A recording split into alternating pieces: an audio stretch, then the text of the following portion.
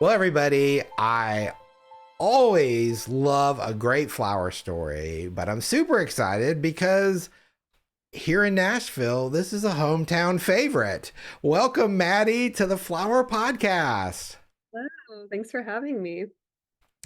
So, I think everybody here in Nashville knows Amelia's Flowers, and I can't wait to hear how you started this journey that you're on. Yeah. So I started when I was 24 in 2016, coming out of I was managing someone else's business in town, another local small business. And while I was there, I started thinking about like, man, I really love running a business, but I think I'd like running my own better. Um, Sure. and so I really started thinking about what that might be and looking at the city and trying to see things that I would like in the city, that I feel like we're missing. And yeah, I just really wanted to see more flowers, and wanted to see them on the streets and really loved the idea of owning a flower shop. And so I had the idea for a flower truck, because I was working with a mobile business at the time. And I was like, oh, I'm running a mobile business. That seems like a pretty good transition into owning a business. And so I told my dad, and he was like, "Oh, you should do it out of this old Volkswagen." And he sent me a picture of the transporter model, and the rest is history. I love that. I love that a lot. Yeah. That's so interesting that at 24 you had this epiphany and you decided to go for it, which I commend. I think that's awesome. I wish I had done that when I was 24. But I was so were flowers a thing for you? I mean, was that like something you were interested? I know you said you were managing something else, but I mean, have you always kind of liked flowers or was it just like an opportunity you saw and you jumped on I've always, who doesn't like flowers? Um, it's really, I think that's why I really feel like I'm more of an entrepreneur than a florist sometimes, because I just saw an opportunity and saw a market that is really sustainable. I mean, it stands the test of time, and I've had worked in really toxic work environments where it was just I it? would come home and be so unhappy. And so I was like, I feel like being around flowers all day will bring me joy. So, and hopefully bring other people joy. So it was a combination of a lot of things, but I had no professional floral experience before. I understand. Sure. Well, and I think, your business model for what you do, that's I mean, it's still like a perfect situation for you. Yeah. Um, so describe kind of what Amelia's looks like now, because I know you've come a long way since the flower truck and you survived through the pandemic, obviously, and all of that craziness. So I'd really love to hear kind of all of that backstory. Yeah. So I knew that a brick and mortar was the goal, but that is really risky. And so I was kind of looking at the truck as like a marketing tool where I could build a following and a customer base and get some customer loyalty before even having a storefront, to kind of guarantee foot traffic. Excuse me. And but then when the popularity of the truck uh surprisingly got so big, I was like, okay, I guess I need to like lean into this now. So I expanded into two more, so three total by the end of our first year. Wow, your Um, first year. yeah, and they're really rare trucks too, so I kind of felt like if one popped up, I had to grab it. So we got the third one by the end of the first year, but didn't open it until the following year. Um, but yeah, so I think 3 years in, I opened our little booth in the factory, which was my like dipping my toe in the brick and mortar situation. And then opened my dream store in L&L Market a year later, I think. So now I've got three trucks, three brick and mortars in Nashville, and then one in Raleigh, North Carolina. And now I'm offering like pretty much any floral service that you can think of, including nationwide shipping. Wow. So those are all huge, huge steps there. I am impressed. Well, I know it's so funny because obviously I've seen your trucks, I've been to your trucks, and you think when you see this truck, and I mean it's a great operation where you have like this one side that has the buckets and then the back side sort of the work, the behind the scenes, put together kind of the back end. And I felt like when I first saw, I'm like, well, this is beautiful, but all it probably takes is 5 or 10 customers, and all of a sudden you feel like you end up sort of running out of flowers kind of quick, I would imagine, especially with some of the great locations you have. So how Yeah. do you deal with that? Because that would make me nervous. Yeah, so with the amount of flowers we put on the truck, we've gotten it down to a pretty good science.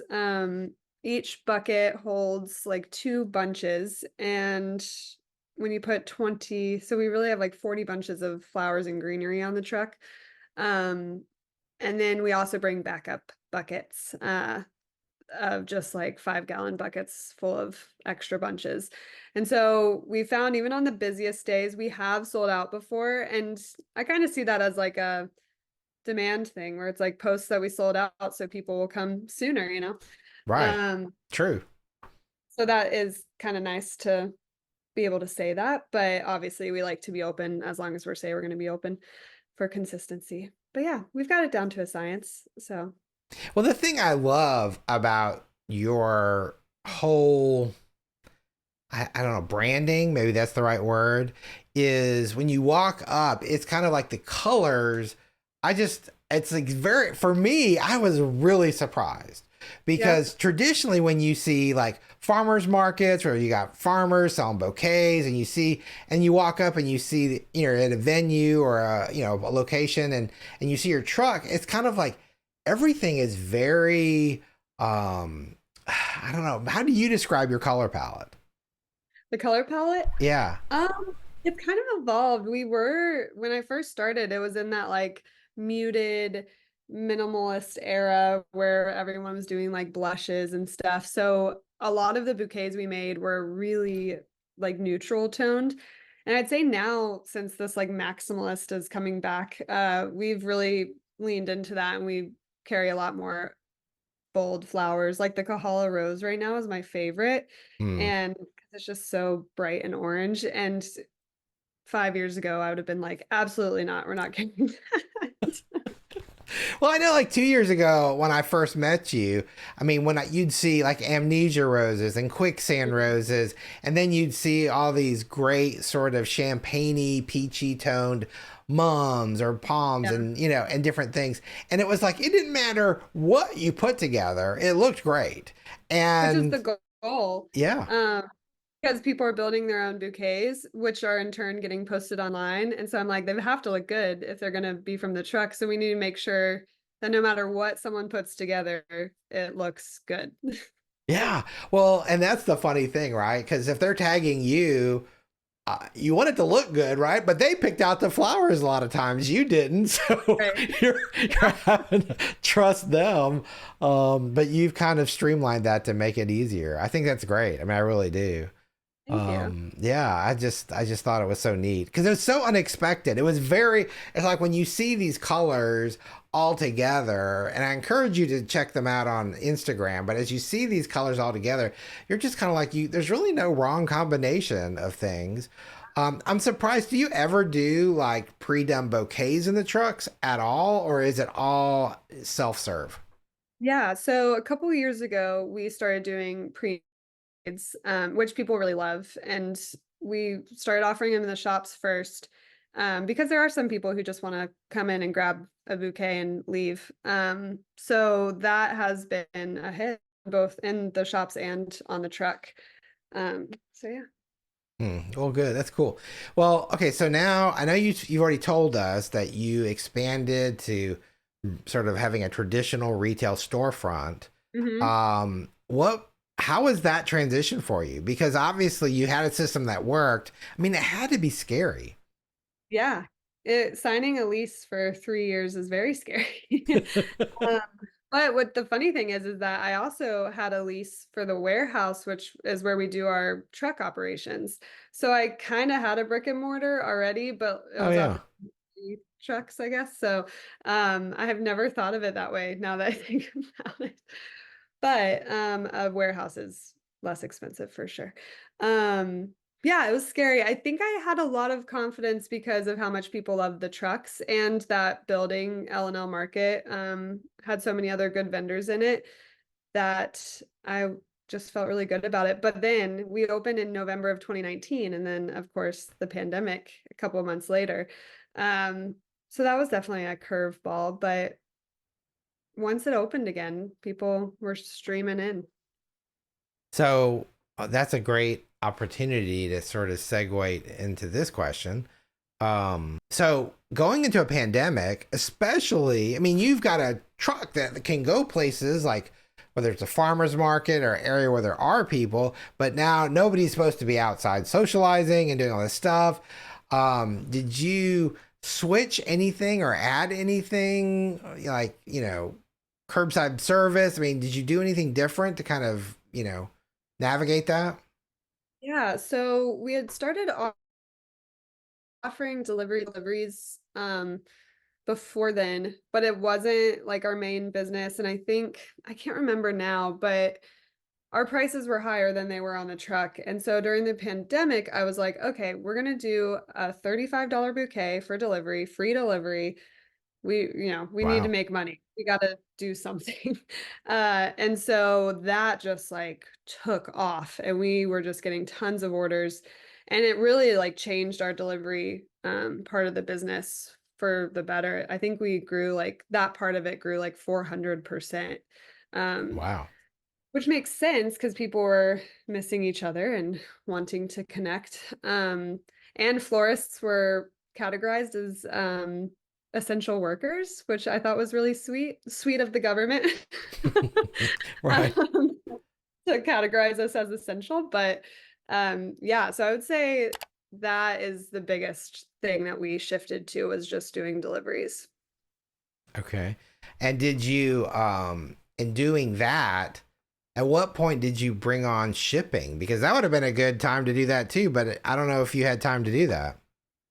Yeah, that definitely took a lot more development before I could start doing that. I launched that in 2021, so not too far after, like January of 2021. So I really used that downtime of the pandemic to design the box and figure out where to get it printed. And I sent test shipments to friends all across the country. I was like, tell me, do they look good? One friend sent me a picture and he was like, I don't think FedEx liked your box. It was like destroyed. And I was like, Oh okay. my gosh. That was the one to California. I was like, all right, I went through a lot. So yeah, I really wanted to broaden our reach as a brand.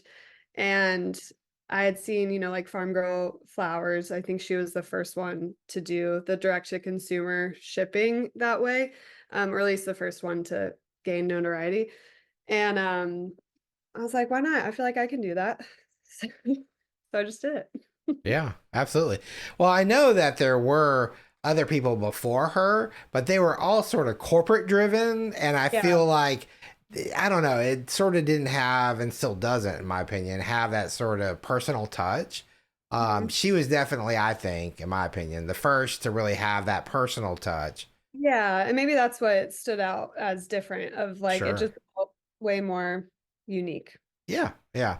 Well, and I mean, and your boxes look great. I know I've seen photographs of them, and I don't know, they really grab your eye when you see like, oh, here's a truck with these Actually, boxes.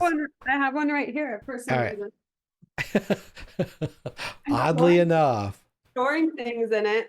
Oh, you can kind of see it. Oh Yeah, well, there that's it is. okay. That's okay.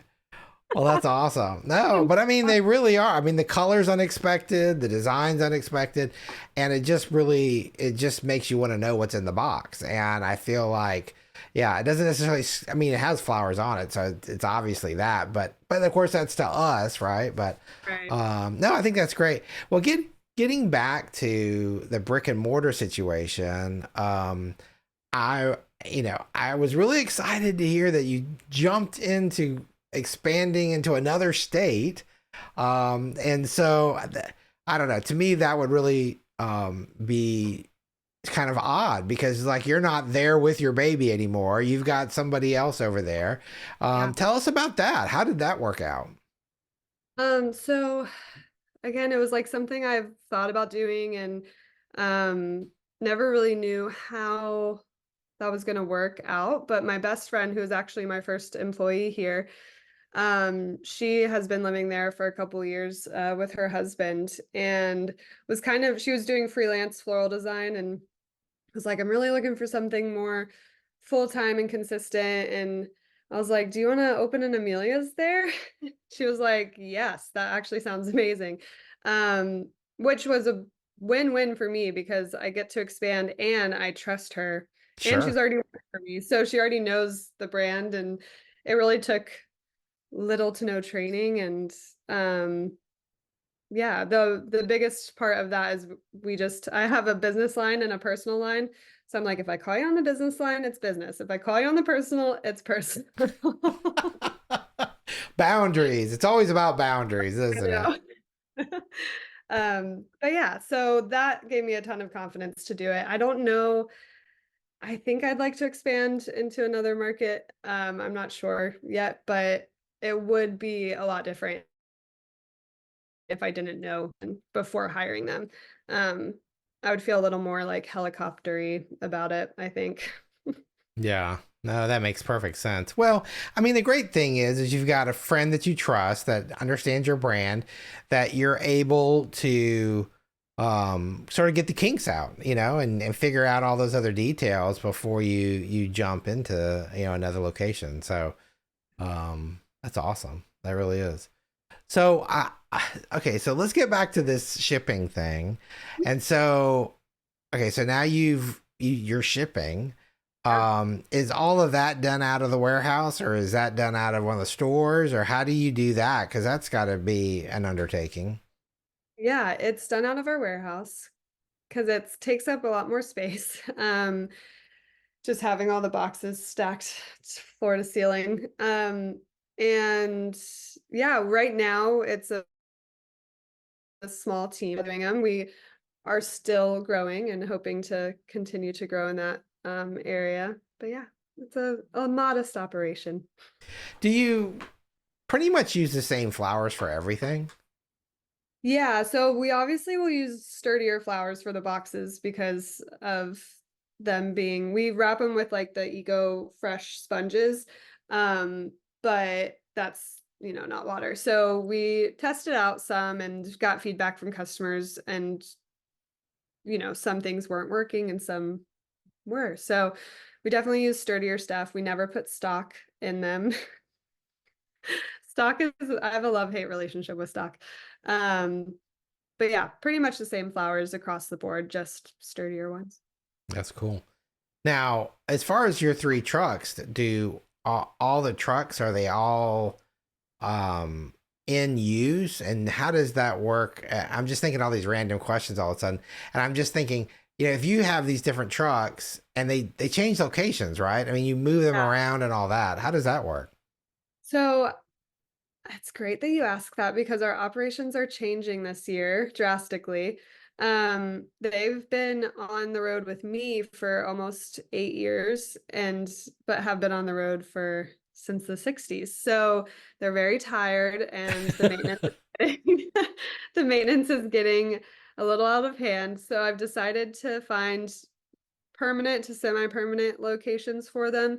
One, we just moved into the factory. So we moved out of our booth area and now we have a flower truck in the building. And then my first truck, Amy, is going to move into the L&L market. We've just acquired another space in there that's going to be more of a private event studio space, where we'll have a truck parked in there. And then the third truck will still be roaming the streets as often as she can. She's our youngest one. She's still kicking. So She's the baby. So Yeah. I know you've mentioned the factory twice now, but for people who don't know what that is, tell us what the factory is. So it's kind of it's like a indoor shopping mall, I guess, but Oh, all little businesses. It's out of like an old factory building, so it's this really beautiful brick building with warehouse windows that are gorgeous. And it's so similar to the L&L Market, which is in Nashville. So that's in Franklin, Tennessee. The L&L Market is in Nashville. Very similar concept, in a warehouse building and whatnot. And the factory just got acquired by a new group, and they have put so much money into renovating it and getting so many amazing restaurants and vendors in there. It's been really awesome. cool. So, and is that do buildings like that have? I mean, I know like there's food courts and there's stores and all these cool things, and I've only ever been there on the weekend, which was crazy. Yeah. As far as foot traffic during the week, is it pretty steady, or does it tend to be mostly, the weekend type situation? Yeah, so there are some offices in there, which is nice because you get loyal customers with offices. But I'd say it's pretty consistent. Well, we're not open on Mondays because that felt like the only real day that it was super slow. But people come there for lunch now, and there's honest coffee, and so people are working from there, and lots of moms strolling around with their kids and stuff. So we do get a lot of foot traffic during the week, but of course the weekends are Sure, bangers. sure. Well, I'd really like to know a little bit more about how you picked your flower palette, because a lot of times it's what's so interesting to me is like I know you use carnations, for example, Yeah. and a lot of times people seem to really downplay, like they don't like carnations. So, we can't have carnations. I mean, they're kind of, I hate to say flower snobs, Uh-huh. because I'm probably one of those, but but I love a good carnation. So, I'm kind of curious how you came up with that and if you get pushback for things like that, or because of your choices, people have just accepted it and love it. Yeah, so I think not being in the floral industry before kind of gave me an edge of not really knowing like the stigmas around certain things. I love that. Um, And I mean, carnations, yeah, if you get the novelty ones that are like the bright red, bright pink, whatever, those of course make you think of grandma. Um, but when I started seeing these like beautiful pinks, and the mustard ones right now are my favorite. I'm also notorious for calling flowers by the wrong name. So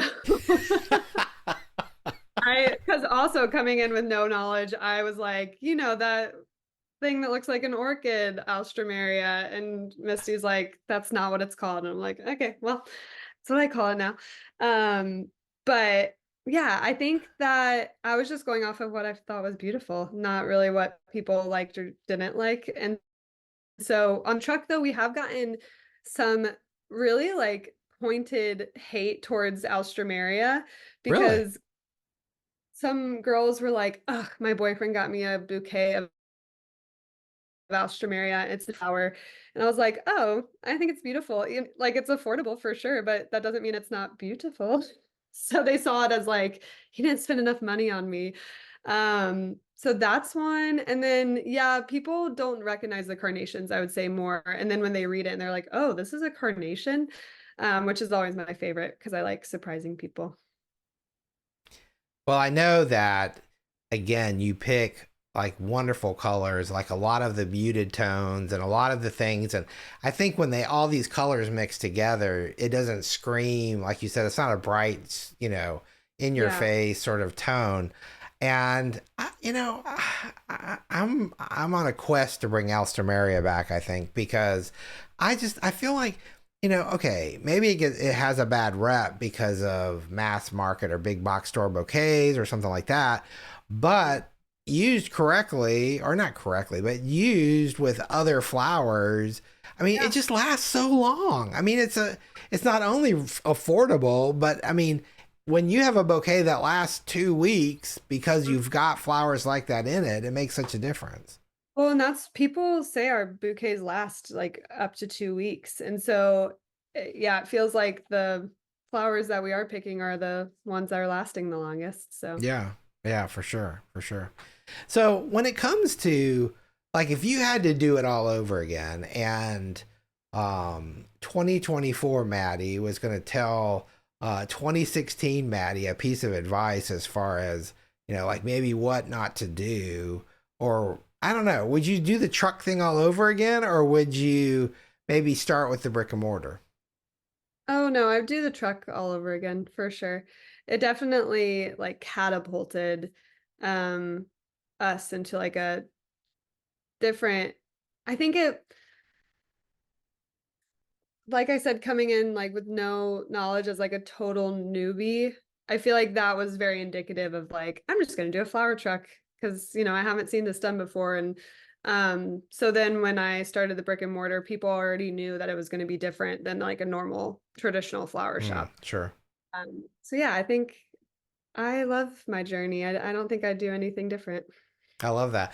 Well, the thing I think is so great too is, when you either on social media or physically in the streets, when you see, you by moving locations and being mobile, Yeah. then people you get in front of more people with your brand. Oh yeah, I mean, it is our best marketing tool, and it just is so unique that people and they pull the nostalgic from the truck itself, Sure. and then the flowers, which everyone loves, and we'll get men coming up being like, "Keep the flowers. How much is the truck?"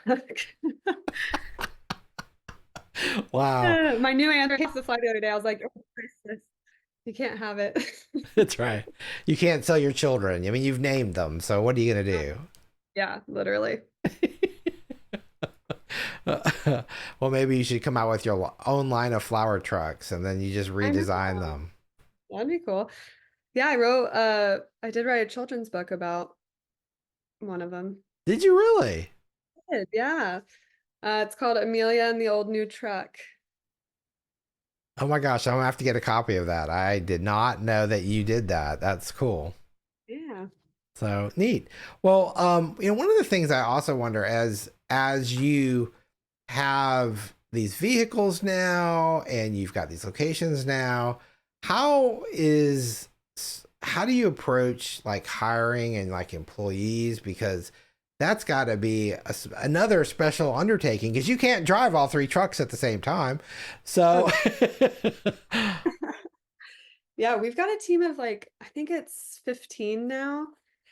Maybe less because we have a lot of full-time people right now. When we had mostly part-time people, it was a lot more. But yeah, hiring for the trucks was really interesting because you can't expect anyone to know how to drive manual transmission. And so wow. I had to train people how to drive the trucks, which is so nerve-wracking. I had one girl, I would tell them, I was like, do not hesitate. If you hesitate, don't go. Like, do not turn, whatever you're gonna do, if you hesitate, just don't do it. And after our like second training session, I don't think I can do this. And I was like, that's okay. I'm so glad that like you're telling me because I'd rather you not drive it than do it nervously. Because they're so temperamental and you're gonna break down on the side of the road at some point and you have to be able to handle it. So it definitely, hiring for the trucks was really stressful, which is another reason I'm excited to take most of them off the street. So I don't have to worry about getting a frantic call that someone's broken down in the middle of 8th Avenue. Um, but hiring for the shops is a lot more simple. We don't require floral experience, mostly because I did not have floral experience. And I'm like, I know it's something that we can teach, um, especially people who have, a creative side. And so I focus more on customer service, because Amelia's is about the experience of buying flowers and creating memories and something unique. And so, yeah, I'd say for us, the most important thing is customer service and just like a willingness to learn. Yeah. No, I agree. Totally agree. I know I've been excited because I've seen a lot more like flower farmers trying to incorporate some sort of a truck scenario, because a lot of times they're in more rural areas and it's harder to get in front of people. So they can take their flowers on the road and do that and be in smaller populations. I mean, what you do in Nashville works, I think. I mean, just because you've done such a great job, but also there's a lot of people and that, a lot of people that helps. So, Yeah, um, for sure. yeah. Yeah, And I great way to get in the industry. And yeah, get in front of people. say that again. I'm sorry. It's a great way to get in front of people for sure. It kind of forces foot traffic. Yeah, yeah. I mean, I think so, and I think it's just like you said, it's a cool experience, and Mhm. you try to create that experience, and I think especially too when you have like local flowers, I think that's kind of a cool touch. I know a lot of them tend to not. I mean, obviously, a lot of them are more delicate, and so that doesn't fit all the other parts of your puzzle. But if somebody is a farmer that's out, in the middle of Kentucky somewhere and they've got a truck, then maybe that's a good thing for them to get in front of the other people. Oh, for How do sure. you pick locations? I mean, or do you have to like work with the city and get a like, approval, or how does that work? Yeah, so if we're parked on private property, we don't need approval from the city, just from the owner. So if you're parked on like a public street, that would be um not allowed, or we can get like a special permit for special events. But so I was working for that mobile business before, and so I Hmm. already knew of a bunch of spots that allowed food trucks. So I was like, they're probably going to allow flower trucks too, if I ask. So that was one way that I already had known about a handful of spots. And then we get approached for locations, and we'll try out some of them here and there. But yeah, it's really now we have especially now that we only have one truck really roaming, we have our spots that we love, but we'll do special events here and there. So what does that mean? Like you rent the truck out for a Yeah. wedding, or I don't know what this a corporate event? Yeah, so grand openings of businesses, they'll ask us to come for like a party. Um, we've done corporate events, we've done hotels. I think the Lowe's Hotel had us during graduation weekend. Oh, cool. Um, there. So yeah, we've done brand Fun. activations and stuff. We've done a lot. Well, and the other thing I was curious is when you were more on the road, at what point do you decide, okay, this is a good location and this is, I mean, a bad location? I mean, obviously, if nobody shows up, it's a bad location. And Yeah, yeah. obviously, if you can't keep up with demand, that's a good location. But it's that gray area where you're like, okay, did we really make money? I mean, you know what I mean? I'm kind of curious how you decide that. So we've implemented something to kind of make sure that we'll make money no matter what. So if someone invites us to come, we'll have a guarantee of sales in place. And so we did that with the graduate for a little while, and really until we could like prove that it was a good spot that was actually going to produce revenue. And then it did. So we took the guarantee of sales out. But basically it just is like, hey, if we don't make up to this amount, but we make some of it, we just ask that y'all like reimburse us for the difference. And most of them are really happy to do that because they want us there to also bring in foot traffic. But it also kind of gives us this like, do you think it'll be good? Like, are you willing to pay if it's not good? Right. So Do you yeah, that's believe? right. Yeah, like we want their confidence as well.